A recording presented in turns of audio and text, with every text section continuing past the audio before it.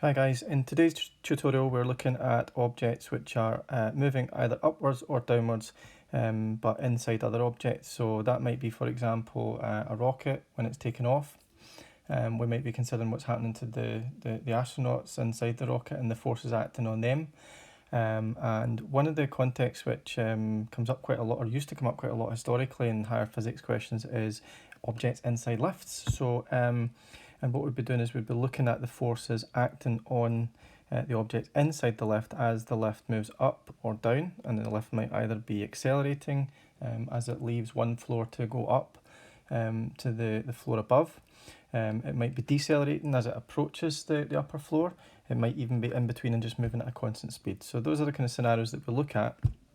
And what we're doing really is we're just applying Newton's laws to the objects that are inside the moving object, so they're being carried by the elevator, for example. So we'll start off just with a simple example, just looking at the forces involved acting on an object which is inside the lift. So we'll just use the mass here. And what we need to look at is if that is either held by someone, or it's maybe the scenario we're actually going to look at is if the object is being held by a Newton balance. Okay, and that Newton balance would obviously normally just read the weight of the object, and we'll look at what changes then, or what possibly might change when the lift is in motion. Well, so the first thing we need is we need to try and understand what is actually happening when we use a Newton balance to measure the weight of the object. The reason we've got two masses here is because we're going to be looking at the forces involved in the object in terms of what's happening to it inside the lift, but the extra mass here is just so that we can draw out what we call the free body diagram that shows the forces acting on it. So to understand how we measure the weight of the balance, we're going to need a Newton balance. So there we have it, the Newton balance.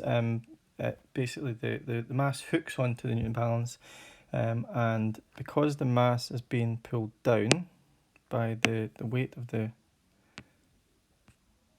Earth's pulling on the object, then what that means is that the balance itself has got to then support that mass, and it does so by exerting an upwards force on the mass, okay, and that in turn stretches the spring inside the Newton balance. Okay, so the Newton balance itself has to provide, or the spring inside it has to provide an upwards force.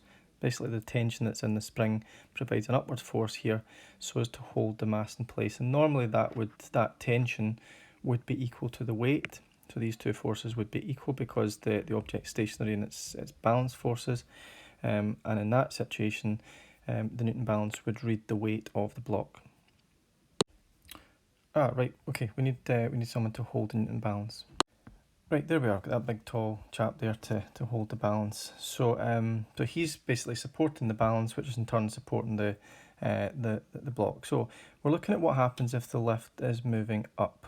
Okay, so those three scenarios that we talked about, the lift is moving, accelerating upwards when it leaves, say, the ground floor, decelerating if it's reaching the top floor, or in between, moving at a constant speed. Okay, so we'll look at those three motions in turn.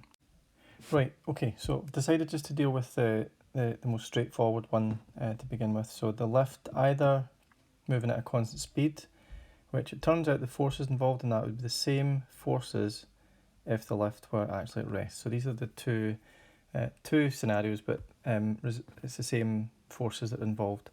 So what's happening to the object if the lift is at rest? So the guy's holding the balance, which is supporting the weight of the mass here. And what that means is that if we just take the mass out of the picture, right, and just draw what we call a free body diagram acting on to show the forces acting on the mass itself, that means that the downwards force is the weight, and the upwards force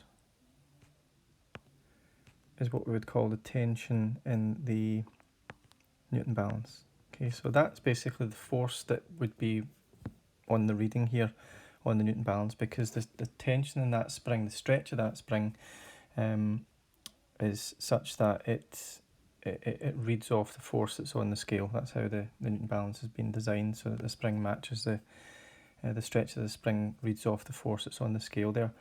So if we said, for example, that this was a 2 kilogram block, so if we made it a 2 kilogram block, then that would mean that the weight here would be 2 times 9.8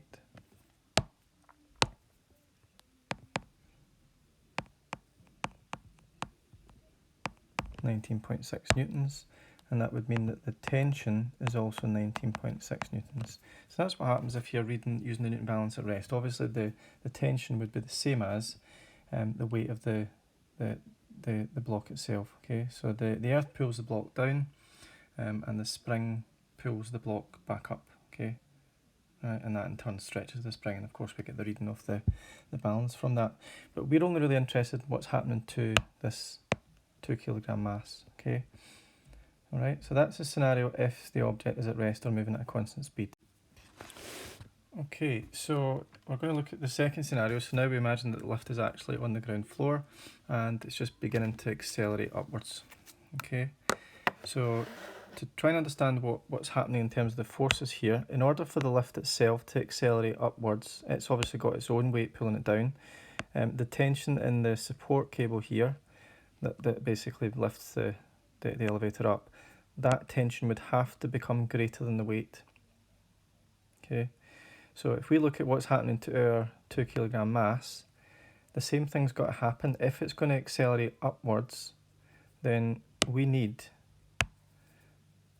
an unbalanced force upwards.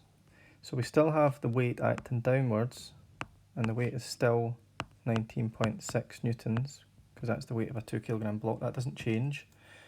But what must happen is the tension in the spring, which is the upwards force acting on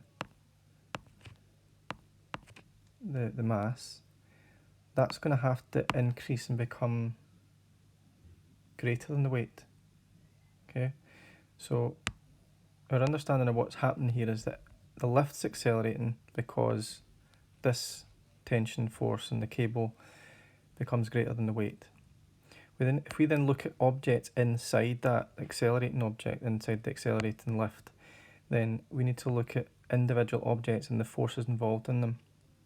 Okay, and for that object to accelerate along with the lift, which it will do at 0.5 meters per second squared, the lift is not exerting a force on that because it's not in contact with it. Right? He is not exerting a force on the object because he's not in contact with it, well, not directly. Anyway, the only thing that's in contact with the mass and is the spring, which is inside the Newton balance, and it's that spring that's providing the tension to support the weight when the lift's at rest. So once the lift begins to accelerate upwards, that tension has to increase because it's that upwards force that's going to cause the acceleration of this block. Okay, otherwise the block just moves towards the ground. But what's actually going to happen is the tension is going to increase inside the spring here. So we're going to do a wee calculation now just to see how much that tension would have to increase. Right, so this is a Newton's second law scenario because it's an accelerating object. In the first instance up here, where the lift was moving at a constant speed, that's Newton's first law. Okay, so we were applying Newton's first law, right, which simply said that if the object's either at rest or moving at a constant speed, then these forces must be balanced, which is why they were equal to each other. What we're applying here though is Newton's second law because we've got an acceleration of 0.5 meters per second squared. So we apply Newton's second law using the formula to find the unbalanced force. So F1 equals m times a, mass of 2 kilograms, acceleration 0.5. That's going to mean that the unbalanced force is 1 Newton. So what's going on here then? That tension force and the weight acting together provide an unbalanced force of 1 Newton. So really what this is saying is that the tension force has to be 1 Newton greater than the weight. Okay, so to work that out then, we would just add 1 Newton to the weight. So the tension is equal to the weight plus the unbalanced force, right, is how you would be working that out. You can write it out as a full calculation, and if you were doing that, you would be saying that the unbalanced force is equal to the tension take away the weight, and if you put in the numbers there, that's 1 for the unbalanced force, weight is 19.6, and you end up just adding 19.6 to both sides there to get the tension, which is what I was saying that we would do. So that means that we can now go up here and just put in the value. So the tension would be 20.6 newtons. Okay, so that's our understanding of what happens inside the lift there. It's the tension in the spring which would actually increase. Now, if we were able to do the experiment for this, if we were in the Clavius building, we would go out into the elevator, take the Newton balance, and we should see that when the lift moves off the ground floor, the reading on the Newton balance just goes up momentarily, just only when the lift's accelerating. Once it reaches a constant speed between the floors, it reverts back to this 19.6 newtons. But at the beginning, just as the lift begins to accelerate upwards, we see an increase in the reading on the Newton balance, and that's because the tension in that spring has momentarily increased, because it needs to get this to have an acceleration of 0.5 meters per second squared. So objects within the elevator itself exert forces on other objects that they're in contact with, so that the whole thing moves up with the same acceleration. Okay, that's how that would work. Okay, so that's your scenario there for the situation if the lift is accelerating upwards. Right, we just ran out of space in the last slide there. So to look at the last scenario, the lift is now reaching the top floor. So we're in the Clavius and the mass is still on the Newton the scale, but the lift is now reaching the top floor, so it's beginning to slow down. We'll give it the same rate at which it's slowing down for which it was speeding up in the second one. So it has a deceleration of 0.5 meters per second squared. I've just put the negative in brackets there. We're going to use a negative for the value for the acceleration, and that's because the lift is moving upwards, right? Which means that we're saying that upwards is positive basically in this situation, and therefore a positive acceleration would just mean that the lift was accelerating up. So if we give it a negative value for the acceleration, that will mean that it's slowing down when it reaches the top floor. Okay, so let's have a look at the calculation then once we've applied Newton's second law to that.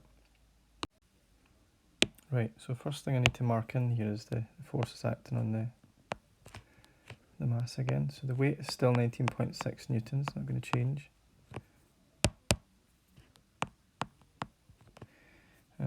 The tension in the spring. So the assumption is that we don't know what that value is going to take just now. The weight is never going to change, so the downwards force will not change. So how are we able to get an acceleration of minus 0.5 meters per second squared? So with these problems, as I said, we just apply Newton's second law. So try to work out the unbalanced force acting on the 2 kilogram mass. So it's 2 multiplied by minus 0.5 for the acceleration. That's going to give us minus 1 newton. So how does a situation arise here where we have an unbalanced force of minus 1 newton acting on the block? Well, if it's an unbalanced force of minus 1 newton, that means that the unbalanced force is downwards on the block, and that's what's making it slow down. The lift and all its contents were moving upwards, and now there needs to be an unbalanced force acting downwards on it in order to decelerate it, to bring it to rest at the top floor. Okay, how that happens with the lift is it's got its own weight, remember we said in the previous slide, and the tension force, when it was lifting up off the ground floor, this tension had to become greater than the weight. When it was moving at a constant speed, the tension would be equal to the weight. When it gets to the top floor and it needs to decelerate, to slow down, to come to rest, the tension force will be less than the weight. So that's what's going to be happening here. This has become less than this in magnitude. Okay, so the tension has to drop below 19.6 newtons.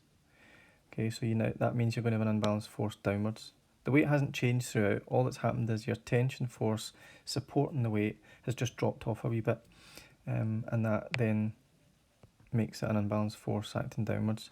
You can maybe see already, guys, that that'll mean that the tension has to be 18.6 newtons, okay, because it needs to be 1 newton less than this. So that when you work out your unbalanced force, you'll do your tension, take away the weight. Just what you would normally do is take away the downwards force and the upwards force. That's really just because you're saying that the upwards force is positive and the downwards force is negative. Right, so you're really adding them together, but you're making this one negative, so that'll become tension, take away weight. Don't worry about the details of that. But we can show also that it is going to be 18.6 newtons. Okay, so let's do the same calculation we did last time. So this unbalanced force that we've just calculated would be equal to the tension, take away the weight, because we do upwards force, take away downwards force. So it was -1 for the unbalanced force. Tension is what we're trying to calculate, and it's 19.6. Okay, so adding 19.6 to both sides,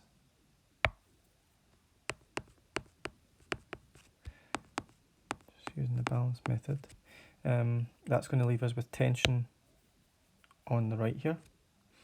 And if you do -1 plus 19.6, that gives you 18.6 here. And we're just left with T because these two cancel. So the tension force is 18.6 newtons.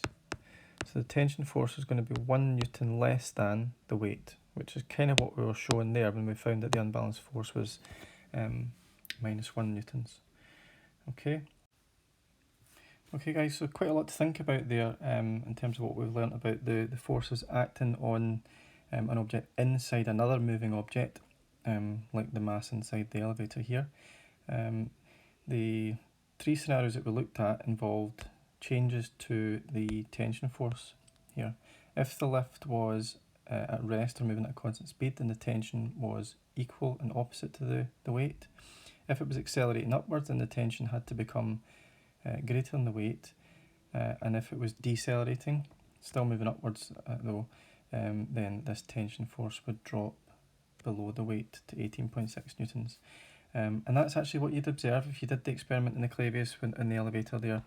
Then you would find that the reading on the Newton balance would actually drop below 19.6 newtons, so it would drop below the actual weight of the object. Okay, so what this is actually then measuring is the apparent weight. Okay, so the apparent weight then becomes less than the actual weight.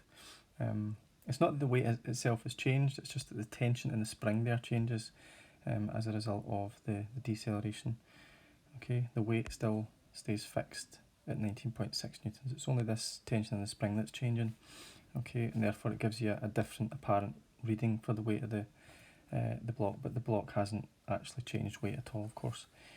Okay, now there's a whole set of situations where you've got the lift moving downwards, so it can either be moving at a constant speed downwards, or accelerating downwards, or decelerating downwards, and we can maybe look at that in a later clip. Just if we can get the basic understanding here of what's happening with the forces being analysed on the object when the lift's moving upwards, then we can build on that in the next slide.